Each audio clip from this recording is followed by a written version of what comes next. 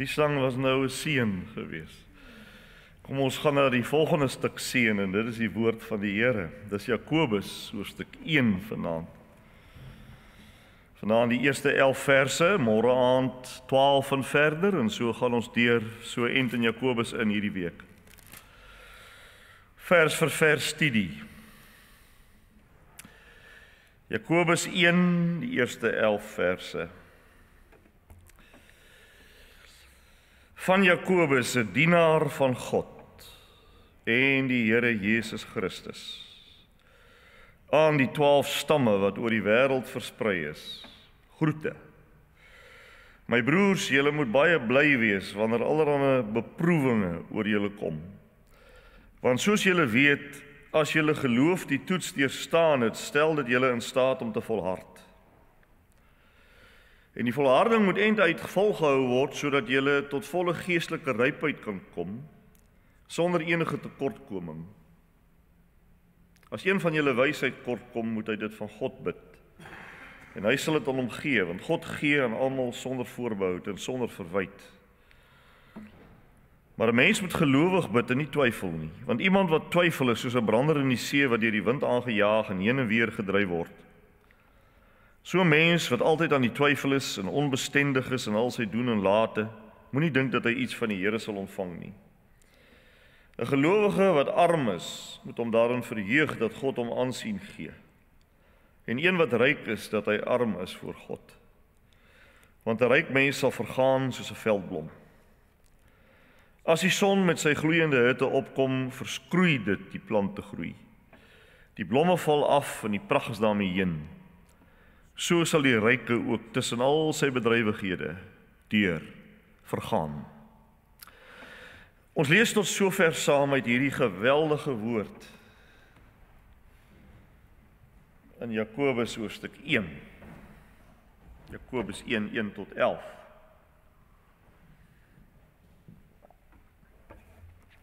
Deur al die eeue heen, is nou al 2000 jaar, aanvaar die kerk en het die kerk nog altyd aanvaar dat die skrywer van die Jakobusbrief, Jakobus, die broer van die Here Jesus, die broer na die vlees is. Volgens Markus hoofstuk 6, vers 3 was die broers van die Here Jesus, met ander woorde Josef en Maria se seuns, was hulle name Jakobus, Joses, Judas en Simon. Daar die 4 broers en dan was daar ook 'n klompie susters, sê die teks. 2 van hulle, Jakobus en Judas se briewe is in ons Nuwe Testament. Ons Jakobusbrief en Judasbrief in ons Nuwe Testament kom van daardie 2 van daardie 4 broers. En daarom is hierdie brief wat ons hier voorreg het om in hierdie Pinkster te bestudeer en wat ons, as die Here se wil is, ook volgende jaar die res gaan bestudeer. Ons gaan hom in 2 Pinksters doen. Daarom is hierdie brief een van die kragtigste bewyse van die werklikheid van die Here Jesus se opstanding. En daarom is dit vir my persoonlik geweldig kosbaar. Die inleiding van hierdie brief en die inleiding van Judasbrief, daai 2 briewe se inleidings is vir my verskriklik kosbaar, want beide daardie briewe se inleidings, as jy verstaan wie hulle was, dat hulle saam met Jesus groot geword het, en dat hulle nou sê dat hulle slawe van hom is vir my verskriklik. Dit is geweldig, want daar moes iets gebeur het. Kan jy dit verstaan? Daar moes iets geweldig met hulle gebeur het.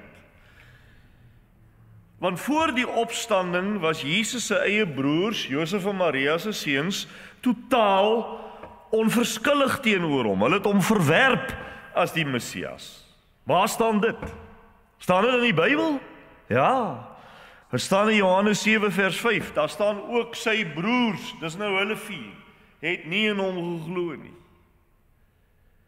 En daar staan in Markus 3 vers 21 dat einste hulle op 'n stadium van Jesus gesê het dat hy buite sy sinne is. Dat hy iets met sy kop verkeerd is. Iets enorm het gebeur, wat Jakobus en Judas se lewe totaal permanent verander het, en daar's net een enkele ding wat kon gebeur het, en dit staan ook in die skrif, en dit is, Jesus het regtig uit die dood opgestaan, en hy het pertinent aan Jakobus verskyn. Waar staan dit? Dit staan in 1 Korintiërs 15 vers 7, daar staan, daarna het hy aan Jakobus verskyn, en daarna aan al die apostels. En met eens het Jakobus besef, my fisiese broer Jesus, saam met wie ek groot geword het in presies dieselfde huis, saam met wie ek gespeel het, saam met wie ek kleilat gegooi het, is die Here.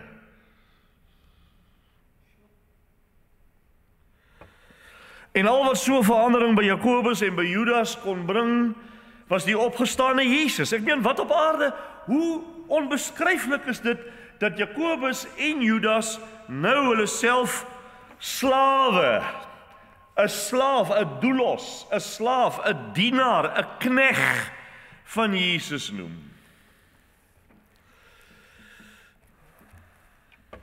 Ek weet nie wie van u het broers of susters nie. Die meeste van ons het heel waarskynlik broers of susters. Kan jy jouself by jou volle positiewe indink dat jy een van jou broers of susters of wat jy ook al het, moet gaan aanbid? Dat jy jou broer of jou suster of hulle jonger of ouer as jy is, maak nie saak nie, dat jy vir hulle, dat jy jouself hulle doulos, hulle slaaf en diensknegg moet noem en mag noem, en jou Here mag noem. Here beteken die hoogste rang in die heelal, dis wat Kyrios beteken, dit weet ons almal. En tradisie wil dit hê, dit staan nie in die Bybel nie, maar tradisie wil dit hê, dat Jakobus se bynaam in die vroegste Christelike kerk kameelknie was, omdat daar groot reuse eelte op beide sy knieë ontwikkel het as gevolg van die talle en talle ure per dag wat hy in gebed spandeer het. Wat hy op sy 2 knieë gestaan het, dalk op 'n houtvloer in aanbidding voor hierdie man wat sy broer was. Kan jy jou dit voorstel? Jy is op jou knieë vir ure elke dag, soveel so dat jy kameelknieë ontwikkel voor die man met wie jy saam groot geword het. Jou oudste broer, want Jesus was die oudste. Saam met wie jy en jou ander 3 broers as jong seuns gespeel het. Kan u indink dat u broer na die vlees of suster na die vlees moet aanbid vir ure per dag, plat op die grond? Ek hoop hierdie woorde skok u op 'n manier. En vir my, wanneer laat ons besef, iets het regtig gebeur, dis nie 'n wollaar storie hierdie dat Jesus opgestaan het nie. Dit gee vir mense baie goeie idee, kan jy sien, van watter totale omwenteling die opstanding van die Here Jesus in Jakobus se lewe en Judas se lewe veroorsaak het, en hoe werklik dit is dat Jesus inderdaad opgestaan het, en dat Jakobus besef het, dat hy nie meer hier te make het met sy broer na die vlees, wat hy al die jare geken het in die huis nie, maar dat hy nou hier te make het, net soos wat Maria dit ook agtergekom het, dat sy nou hier, en hulle twee nou hier te make het met die verheerlikte lewende Here. Dit is ontsettend, dit is 'n ontsettende skuif wat plaasgevind het. Maar daar is nog meer, soos ek net nou gesê het, om jou broer, wat saam met jou groot geword het, vir wie jy van kleins af ken, God en Here te noem. En om te aanbid, nie vir 5 minute in die oggend nie, ure, soveel so dat jou knieë eel te maak. En sy volgeling te wees.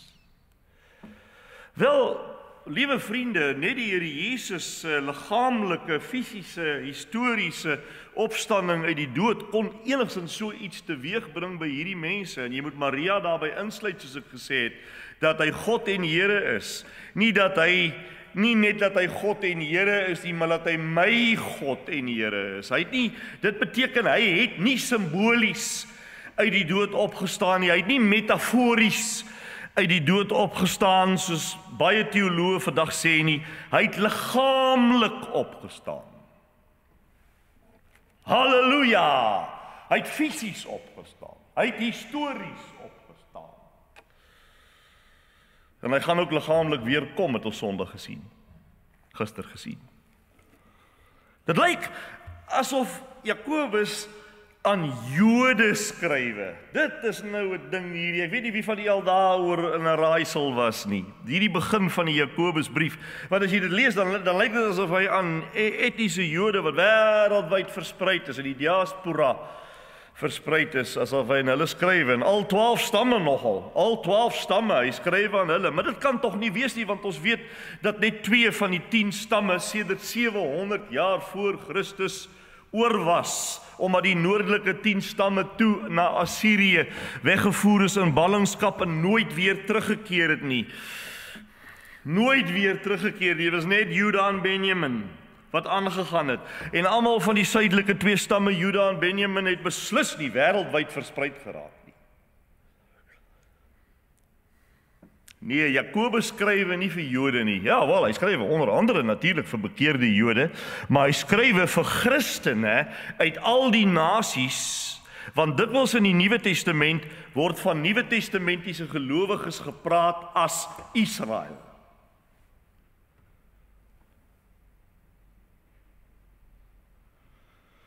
Daar staan in Galasiërs 6 vers 16, almal wat volgens hierdie reël wandel, vrede en barmhartigheid en oor die Israel van God. Dis die kerk. Galasiërs 3:17, vers 7, weet julle dan nie dat die wat uit die geloof in Jesus is kinders van Abraham nie, met ander woorde, hulle is die regte Jode. Romeine 4:11, sodat Abraham die vader kon wees van almal wat glo, nie net Jode nie, almal wat glo. Met ander woorde, die ware Jode sit hier in die kerk vanmôre, al is hier nie een etniese Jood nie. Die ware Jode is hier. Die ware Jode is die Nuwe Testamentiese kerk. Dis vir hulle wat Jakobus die brief skryf. Na die uitstorting van die Heilige Gees is die ware Jood nie meer 'n etniese Jood nie, maar iemand wat van enige denkbare taal en nasie wat in Christus Jesus verlos is en die Heilige Gees ontvang het.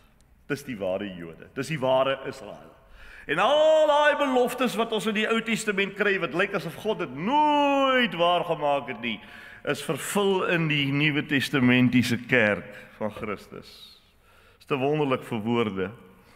En hierdie Christene vir wie Jakobus skrywe, lewe midde in die wêreld van elke dag. Jy sal sien hoe prakties Jakobus dwars deur sy brief is. Hy hou daarmee rekening dat hierdie mense in die gewone wêreld lewe, hulle is nie iewers in 'n klooster nie, hulle lewe met die stryde en die beproewinge van elke dag. Die mense vir wie hy skrywe is met ander woorde pens en pootjies binne in die realiteite van die daaglikse lewe. En dis waaroor ons gaan praat in hierdie kort reeks. En hulle woon ook verspreid oor die wêreld van daardie tyd, nie beperk tot 'n sekere kultuur of 'n sekere plek of 'n sekere bevolkingsgroep nie. Hulle is verspreid oor die wêreld. So as jy mooi daaroor dink en jy verbind die kolletjies met mekaar, dan besef jy, hey, Jakobus skrywe eintlik vir ons. Hy skrywe eintlik vir ons. Hy skrywe ook nie die brief om dowe neute nie. Boelangs gesien lyk dit asof hy sommer so, jy weet, jy het gesien nou net by hierdie gedeelte wat ons gelees het, hoe lyk dit asof hy spring so sommer van onderwerp na onderwerp, maar dis nie werklik so nie, dat hy sommer net oor 'n klompie praktiese saakies gou 'n bietjie skrywe nie, hè? As jy dieper kyk, dan sien jy dat hy erg besorgd was. Jakobus was erg besorgd oor 'n probleem wat algemeen onder Christene voorgekom het en vandag nog onder Christene voorgekom het, naamlik dubbelslagtigheid, naamlik 'n verdeelde hart. Hy was nie 'n man homself van 'n verdeelde hart nie. Maar hy is bekommerd daaroor. Niemand kan twee here dien nie. Want jy sal of die een minder lief hê as die ander ene, of die ander een minder lief hê as die ander ene, sê Matteus 6:24. Jy kan nie twee here dien nie. Jy kan nie 'n verdeelde gees en hart hê as jy vir Christus volg nie. Aan die een kant is jy gelowig vasgesement aan die suiwere waarheid van Christus, en aan die ander kant lewe jy nie volgens die waarheid van Christus nie. Dit is 'n onhoudbare, dis wat Paulus van gepraat het toe hy vir Titus geskryf het, in Titus 1:16 toe hy gesê het, sommige mense bely dat hulle die Here ken, maar met die werke verloon hulle hom. Dis 'n enorme gevaar, né? Dat jy ken die waarheid so goed, maar weet nie hoe om dit na die alledaagse lewe van elke dag om te skakel nie. Hoe moet die waarheid oorgaan tot aksie, om dit so te sê? Waarheid in aksie. Dit is praktiese Christen wees. Waarheid in aksie, nie waarheid in die kop nie. Maar waar dit nie tot aksie gaan nie, kry jy hierdie ding wat ek nou maar noem, ek weet nou nie wat om dit te noem nie, dubbelhartigheid of dubbelslagtigheid of 'n verdeelde hart, noem dit hoe u wil, wat onder andere uitgemond het by hierdie mense vir wie Jakobus skryf, het dit uitgemond in probleme in hulle onderlinge verhouding met mekaar. Hulle onderlinge verhoudinge met mekaar. Soos wat hy later gaan sê, byvoorbeeld, net om 'n voorbeeld te noem, oor die tong. Hy sê as iemand dink hy's godsdienstig en hy hou nie sy tong in toom nie, bedrieg sy hart om, en dan sy godsdienst te vergeefs. Jy sien, daai dubbelhartigheid, sê hy. Byvoorbeeld oor die ding, praat, jep, en 'n mens praat natuurlik ook in jou kop, want jou gedagtes is praat voor God. So mense tong praat nie net hardop nie, jou tong praat ook hier binne in jou kop. Mense is gedurig aan die praat, gedurig, onophoudelik. Dis onvermydelik so, vriende, dat wanneer jou sig op God en sy woord krom trek, dan loop jou menseverhouding ook skeef. Die twee gaan so saam. Dit is waar jy kan sien dat jy geestelik koud of lou warm is, waaroor ons gister gepraat het. En dis wat Jakobus hier aanspreek. Dit is nie sommer net 'n klompie goetertjies wat hy hier noem so gou vinnig nie. Hy spreek hierdie probleem aan soos 'n goeie chirurg wat met daai skalpel diep insny om daai kwaad uit te haal. O, jy het laai tyd soveel pyn oor hierdie wond, hierdie operasiewond, maar eintlik het hy dit gedoen, het hy jou baie seer gemaak eintlik om die kwaad uit te haal. In hoofstuk 1 begin Jakobus by die begin. Die pad na geestelike volwassenheid. Hy noem dit so daar. Want dit is die gebrek aan geestelike volwassenheid wat lei tot dubbelhartigheid. Hy noem dit nou nie geestelike volwassenheid nie, hy noem dit volle geestelike rypheid in vers 4. Hy sê die volharding moet end uit volgehou word, sodat jy volkome sonder gebrek kan wees en in niks kort kom nie. Volle geestelike rypheid. Volle geestelike rypheid. En as die Christen nie daarna jaag nie, dan gebeur hierdie ding wat ons nou net oor gepraat het. Dan gebeur hierdie ding van wat jy kan noem dubbelhartigheid of dubbelslagtigheid of wat jy dit ook al wil noem. Geen Christen kom sommer net so oornag by geestelike rypheid uit nie. Natuurlik, ons lewe in 'n kitsmentaliteit, almal van ons, selfone, rekenaar, tablet, al die goeters, jy druk 'n knoppie en dan moet daai ding vinnig beweeg. Ons almal lewe in 'n kultuur van kits. Alles moet gou wees, maar jy kan nie jou lewe met die Here op daai manier benader nie. Jy kan dit nie doen nie. Daar's baie boeke en aanlyn materiaal op die mark wat 'n kort pad voorskryf vir geestelike volwassenheid vir Christene. Tegnieke wat hulle sê om oombliklik byvoorbeeld 'n lewe van oorwinning te begin smaak. 5 stappe na volheid in Christus. Verstaan? 4 beginsels om selfvervulling te vind of wat jy dit ook al wil noem. Daar's duisende van daai goed op die mark. Ons gee vir jou 'n tegniek sodat jy kan uitkom uit hierdie sleur van 'n geestelike lewe wat so vervelig is en wat vir jou soveel probleme gee. Maar volgens Jakobus, Volgens Jakobus gaan geestelike rypheid gepaard met 'n taai stryd. Daar's niks van 'n boekie nie.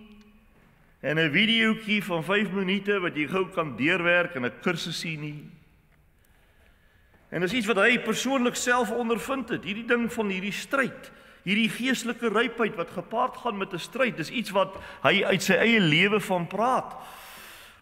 Dit is 'n redelike onaangename verrassing om te sien op watter manier Jakobus onder leiding van die Heilige Gees die kernpunt van die pad na geestelike groei sien. Wie wil raai hoe hy dit sien? Miskien ek gaan nou so baie antwoorde kry soos wat die mense is. Maar dit staan in die teks, maar ons kan nie altyd onthou wat ons gelees het nie.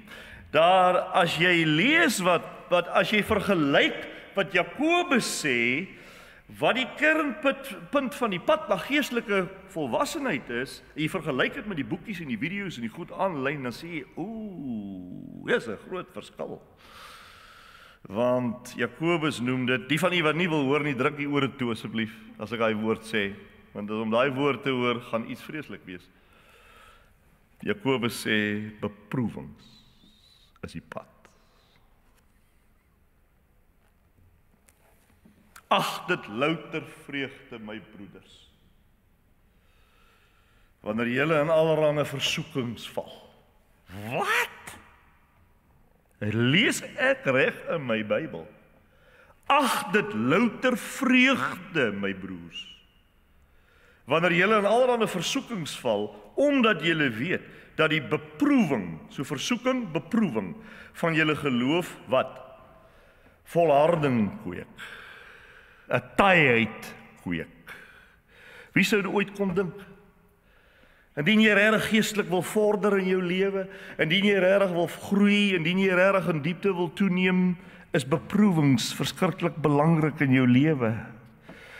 Ons dink al wat ons nodig het, en ek het ook so gedink, moet ek sê, tot my groot skaamte, maar ons dink baie keer as ek net by 'n groot geestelike persoon wat ek admireer kan uitkom, en daai persoon kan net vir my bid. Daai persoon kan net vir my hande oplê. Daai persoon kan net vir my dit. Of ek moet op 'n sekere manier gedoop word, of ek moet in tale, vreemde tale kan praat, of as iets van hierdie goed net kan begin gebeur, dan gaan ek 'n trappie, dan gaan ek groei in my geestelike lewe, maar beproewings,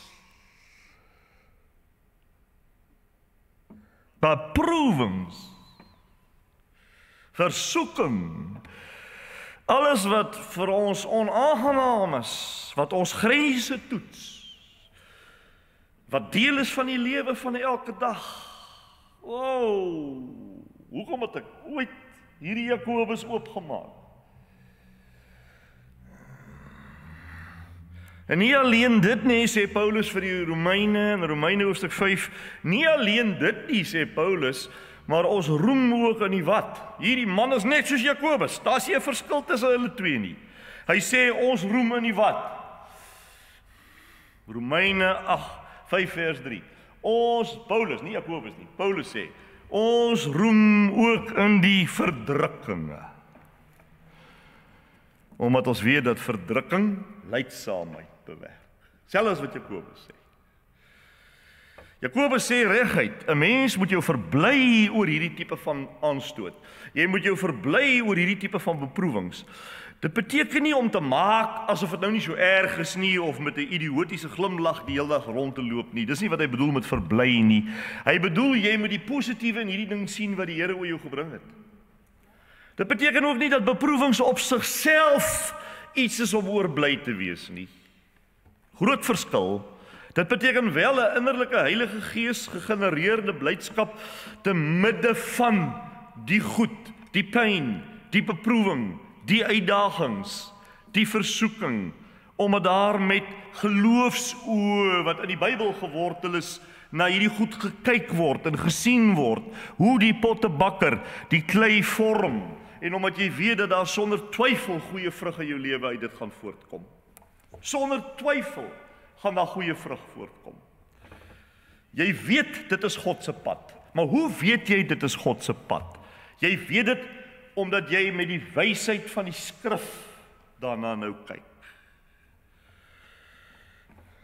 Jy kyk met 'n ander bril. Jy het nou die bril van die wysheid opgesit. Maar die wysheid is skrifwysheid. Hoe anders kon die profeet Habakuk sê, die bekende woorde wat ons almal ken van kleins af in Habakuk, hoe kon hy sê, al sou die vrye boom nie bot nie, en al die oeste nie, al die oeste misluk, nogtans sal ek in die Here jubel. Hoe kon hy dit sê? Of dink aan die geweldige woorde wat daar in Hebreërs hoofstuk 12 van ons Here Jesus self gesê word. Daar staan daar, hy, dis Jesus, wat ter wille van die vreugde wat vir hom voorgelê het, die kruis verdra het, die skande verag het, en aan die regterhand van die troon van God gaan sit het. Die pad van die kruis, dis eintlik waaroor ons vanaand praat. Die pad van die kruis het uiteindelik vir die Here Jesus heerlikheid gebring, en hy het dit vooruit gesien, en om daaroor verheug. Jy sien, dis eers wanneer ons geloofsvertroue en ons oortuigings getoets word, dis wanneer ons beproef word, dat ons regtig standvastig word, en wat jy regtig begin om konsekwent te raak in jou lewe met die Here, en minder fluktueer in jou lojaliteit aan die Here, soos die golwe van die see fluktueer.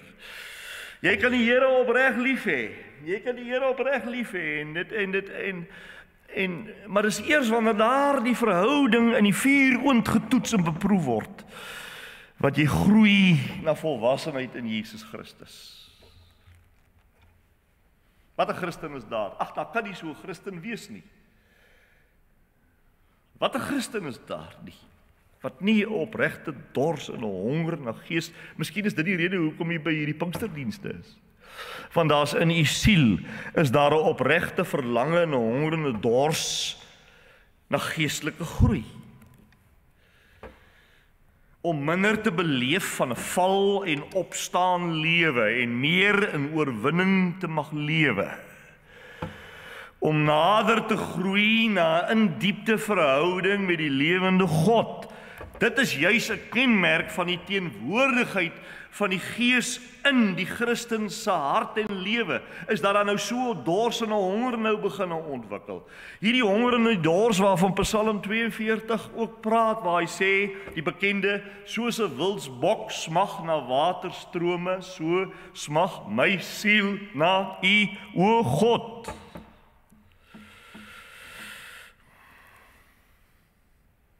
Waar so 'n diepe sug en 'n brandende verlange nie in 'n mens se lewe is nie, dan kan 'n mens reg vra, maar is siel iemand ooit regtig gered? Want as jy gered is, dan is dit daar. Dit is daar. Jy weet nie altyd wat om daarmee te maak nie, maar dit is daar. Weet jy hoe antwoord die Here dikwels hierdie diepe innerlike brandende verlange en dors wat in 'n Christen se siel is? Die Here kom, dan antwoord hy baie keer hierdie smagting of wat jy dit ook al wil noem, en dan antwoord hy dit onder andere, sê Jakobus, antwoord hy dit deur beproewings van die lewe oor jou lewenspad te stuur. En na mate jy getoets word en versoek word en beproef word, vorder jy uiteindelik geestelik. Jy bereik geestelike volwassenheid te midde van die lewe soos wat die lewe in werklikheid is. Vriende, 'n plant wat in 'n kweekhuis groei, se wortelstelsel is baie swakker as 'n plant wat in wind en weer groei. En dit is die leidraad om die lewe te verstaan. Almal van ons, ek op hierdie preeksel heel eerste, en almal van ons kan 'n kategorie sê, wil in 'n kweekhuis groei. Almal van ons wil. Ons wil almal die maklikste pad loop. Ons wil nie son hê nie, ons wil nie wind hê nie. Ons wil nie weerstand hê nie. Ons wil nie sukkel nie. Ons wil dit goed hê. Ons wil dit lekker hê. En my gebedslewe moet smooth Hy moet so hardloop soos 'n mes deur botter. Ek soek daai, ek soek dit. Nie hierdie gesukkel nie. Maar jy sien, die Christen mens sien nie altyd hierdie dinge so nie. En dis hoekom Jakobus se brief daar is. Ons verstaan dit nie, omdat u weet die antwoord. Ek hoef nie die antwoord te sê nie, u weet die antwoord. Ons verstaan dit nie, omdat ons nie deur die bril van die skrif daarna kyk nie. En dis wat Jakobus bedoel met 'n gebrek aan wysheid. Hy bedoel eintlik daarmee 'n gebrek aan skrifinsig. Die beginsel van die wysheid is, Spreuke dit alreeds vir ons uit. Ons ken dit so goed. Spreuke 2 vers 6 sê, want die Here gee wysheid uit sy mond. Met ander woorde, nou sien ons nie die mond van God hier nie, maar ons sien die mond van God hier in hierdie boek. Uit sy mond kom kennis en verstand. Jy sien. Hierdie wysheid het niks te maak met intellektuele kennis, hoe slim jy is. Dit gaan nie hier oor IQ nie. Dit gaan oor insig in die manier hoe God deur beproewings werk om jou geestelik ryp te maak. Insig dat die Here deur middel van lewensbeproewings sy oogmerke met jou lewe verwesenlik, stukkie vir stukkie vir stukkie. Dink net hoe iemand soos Job geworstel om hierdie insig, hierdie wysheid te kon ontvang. Hy sê, Job, die man Job, hy sê in Job 42, ek weet dat u alles kan doen en geen plan vir u onuitvoerbaar is nie. Daarom herroep ek, dis in die einde van sy stryd, daarom herroep ek en het ek berou in stof en as, toe hy gesien het uiteindelik, by hindsight, by terugkyk, kon hy sien wat die Here met hom al die tyd gedoen het. Maar toe hy daar op daai molsoop sit en homself krap met daai potskerwe, ek dink nie hy kon dit toesien nie. Toe was dit net aaklig om God te ken. Dit was vir Job aaklig om God te ken, toe hy hom so sit en krap. Maar gelukkig het die Here met hom 'n pad geloop. Jy sien, broers en susters, 'n mens se geloofsoortuiging word eers standvastig wanneer dit aangeveg word, wanneer dit getoets word. Maar jy het, en hier kom die hele Jakobus 1 nou, maar jy het wysheid en insig van bo nodig om dit te verstaan, sê Jakobus. En maar daai wysheid, sê Spreuke 4, is skrifwysheid, kom uit God se mond. Anders sal jou vertroue in Jesus Christus meegee voor die storms van teleurstelling en pyn en hartseer wat oor jou pad kom. Ons het net in hierdie week wat verby is, dit is verlede week, het ons iemand op die strate gekry wat sê, ek meen dit was Saterdag, iemand gekry wat sê, ek stel nie belang in jou of jou Bybel nie, en toe voeg die persoon dit by, want ek het te veel seer gekry. Sien, daar is dit. Ek het te veel seer gekry in my lewe.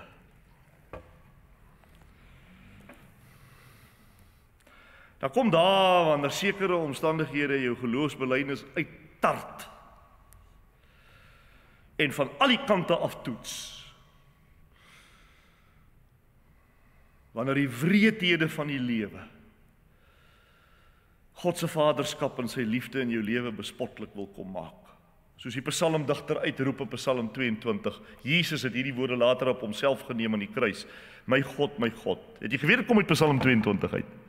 My God, dis nie Jesus wat daar aan die kruis, toe Jesus aan die kruis het hy die psalm aangehaal. My God, waarom het U my verlaat? Vers 3, ek roep bedags my God, maar U antwoord nie. Ek roep snags, maar ek vind geen rus nie. En sy stil swye laat jou wonder of hy ooit leef. Of hierdie Christen storie nie 'n klug is nie. Mense het dikwels al op die straat vir my gesê, jy nie iets beter om te doen met jou tyd nie. Dikwels. Dis 'n klomp nonsens, man. Maar baie keer in jou lewe, jy gaan dit nou nie sê, jy is mos nou 'n kerkmens. Maar sy stil sooi laat jou wonder diep in jou siel, lewe hy ooit? Is hierdie nie 'n klomp nonsens wat hierdie ou hier Sondag staan raas daar by daai preekstoel nie? Maar daai ou boek nie. Want ek ervaar niks van dit nie. Is net God is net totaal stil. Man, ek bid al 30 jaar vir my kind se redding. En hy kind is nog net so ongered. 30 jaar. Waar is God? Waar is hierdie gebedsverhoring waarvan Jakobus so praat? Jy kan so vasgedraai raak dat die hele lewe vir jou voel soos 'n doellose maalkolk.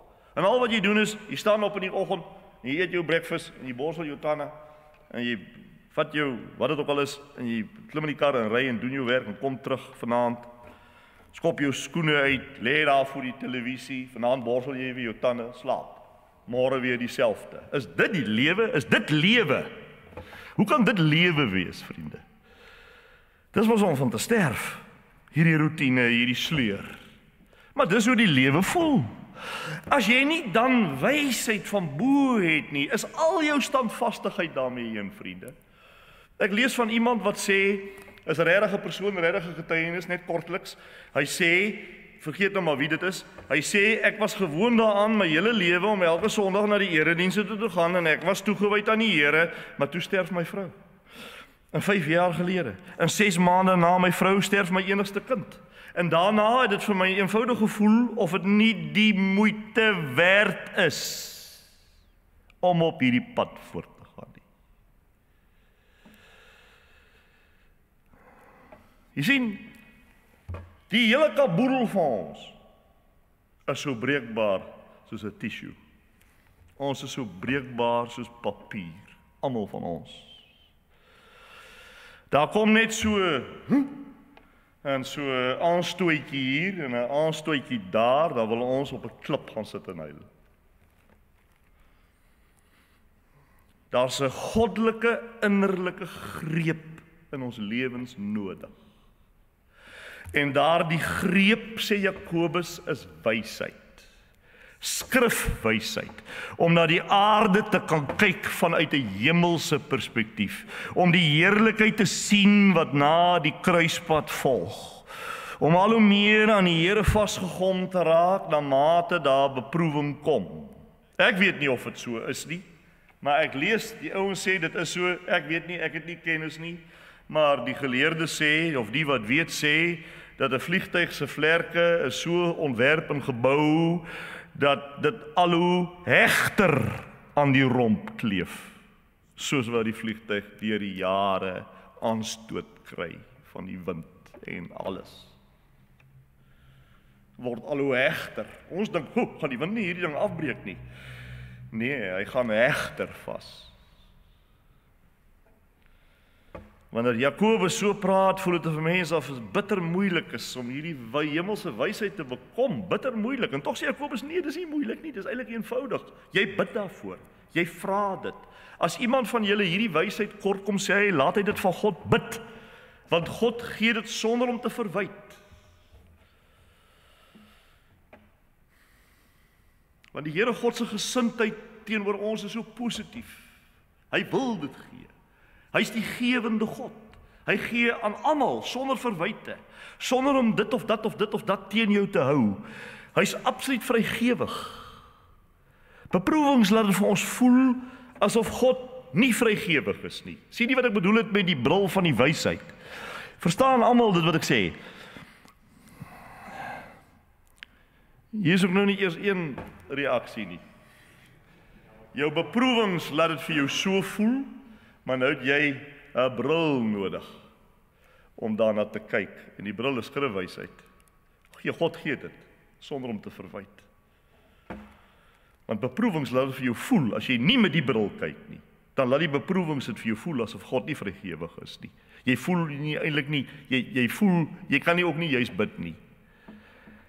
Maar die teenoorgestelde is waar. Verrassend hoe Jakobus die vaderhart van God hier teken, is my kosbaar. Hy teken, hy sê hy is absoluut vrygewig. Sy natuur is om te gee, soos Jesus gesê het. Julle wat sleg is, weet om goeie gawes vir julle kinders te gee. Hoeveel te meer sal julle Vader in die hemel is nie goeie dinge gee aan die wat hom bid nie. Matteus 7:11. Jakobus beroep hom met ander woorde op wie God is. Dat hy so radikaal hier kan beloof in hierdie verse en sê, bid die wysheid en hy sal dit gee. Hy sal jou leer om die Bybel te lees. Hy sal vir jou die lus gee, die plesier, die genot. Ons kan net, as ons net kan leer om teenoor die Here so oop van gesindheid te wees, soos wat hy oop van gesindheid is, en om nie te wantrou nie, nie te bid met 'n hart vol wantroue nie, nie te lewe met 'n gesplete persoonlikheid van A, ek bid opreg, B, as nog wantroue. Jy sien wat hy bedoel met dubbelhartigheid, wat ek aan die begin van gepraat het. Die Here sê, hy hou nie van dubbelhartiges nie, Psalm 119, 113. Dis dubbelhartigheid. Ek het vir jare by daai kweekskool op Stellenbosch gesit en gedurig weer getwyfel of ek 'n kind van die Here is. Omdat ek gedurig gesien het, maar daar's dan nog so baie twyfel by my. Hoe kan ek? Dan's ek mos soos hierdie dubbelhartige storie. Hierdie golwe van die see. Jare daarmee geworstel. Dan is ek 'n kind van die Here, dan is ek nie 'n kind van die Here nie. Dan is ek weer 'n kind van die Here. Dan praat Prof Willie daar mooi lesing. Nee, nou voel ek weer soos 'n kind van die Here. Nou môre oormôre, jy weet nie of ek 'n kind van die Here is nie. So het dit gegaan vir 8 jaar. 8 jaar, ja. Maar jy sien, dan kan jy nie stabiliteit in jou lewe hê nie. Sien jy dit? Jou lewe is so onstabiel of stabiel soos jou verhouding met die Here onstabiel of stabiel is. Jy word heen en weer geslinger soos die golwe van die see, sê hy hier vers 6. Maar dit beteken, dis nou geestelik in jou verhouding, maar dit beteken dat in jou gewone lewe, verhoudings al die goed, gaan jy ook nie stabiel wees nie. As daai een stabiel is, dan word hierdie een ook stabiel. Maar waarmee hardloop ons na die sielkundiges toe en na die beraders toe? Met hierdie tweede ene wat ons wil reg hê. En ons vergeet, jy moet die eerste een op fokus. Terwyl dit so onnodig is om so te karring, want die Here se hartklop is positief. Dit is positief teenoor sy kinders. Dit is positief. Ons kan net, hy sê, net vra vir wysheid. Begin by gebed. Moenie eindig by gebed nadat jy 20 ander paaie probeer het nie. Jy hoor mos altyd mense sê, al wat nou nog oorbly, ons kan nou net nog bid. Dis al. Dit is al. Ek weet ons het nou, jy weet, ons het nou ek het omtrent 150, daar's die lysie. Ek het nou 150 goed probeer. Al wat ek nou nog kan doen is net bid. Hoekom begin jy nie by bid nie? En los die ander 20 goed.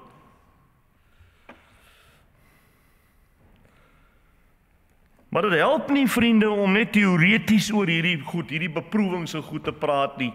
Jakobus is 'n man vir praktyk en hy gaan dan aan die einde van ons gedeelte wat ons gelees het, gaan hy dan en hy noem een praktiese voorbeeld van 'n lewenssituasie waar wysheid bitter nodig is en waar beproewinge hoogtyd vier, en dis naamlik geld. Hy noem net een voorbeeld. Geld. Armoede en rykdom. Albei hierdie goed het die potensiaal om 'n Christen se lewensbootjie behoorlik te skud. Armoede kan 'n Christen se onverdeelde toewyding aan die Here skud, dood eenvoudig net omdat armoede die lewe so moeilik maak.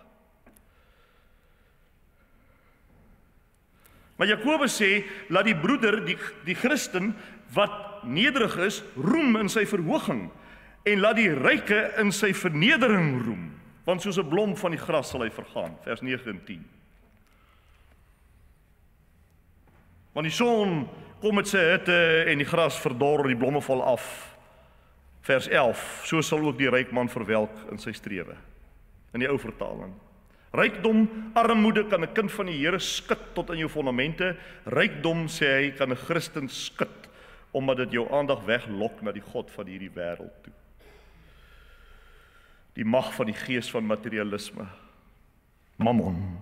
Wie sou ooit kon dink dat rykdom, geld, besittings, wie sou ooit kon dink dat dit 'n beproewing is?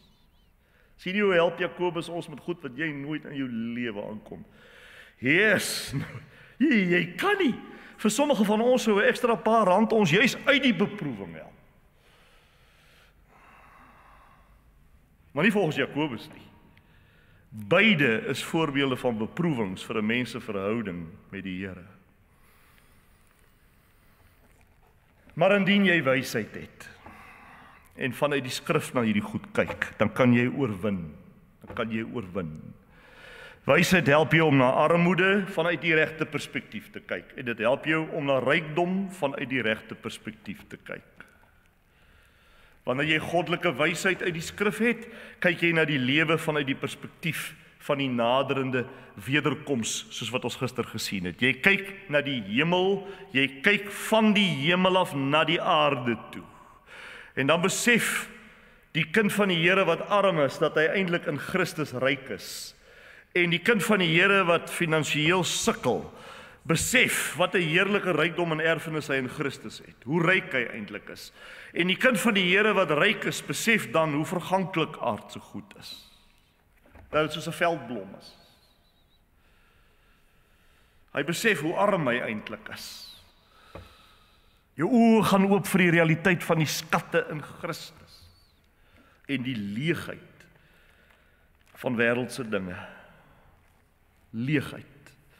Hoor wat sê Paulus vir die Kolossense in Kolossense 2 vers 3. Hy sê Christus, in wie al die skatte van wysheid en kennis verborge is.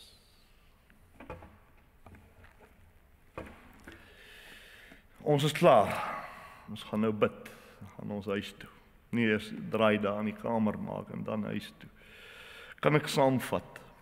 Kortliks. Kan ek uit die hele paragraaf, want ons het baie gepraat oor hierdie 11 verse, kan ek dit saamvat net kortliks? 'n Wedergebore mens groei tot geestelike rypheid deur middel van die beproewings van die lewe. Waarvan geld 'n belangrike beproewing is. As ook goddelike skrifwysheid. Om die lewe in die regte geestelike perspektief te sien. En hierdie wysheid, ek som nou al die 11 verse op vir u. Hierdie wysheid ontvang jy deurdat jy 'n gebedsmens in beginsel is. En op grond van wie en wat die Here in sy wese is. Naamlik 'n vrygewige, gewende God. Dis wie hy is. Amen. Kom ons bid en dank die Here vir sy woord.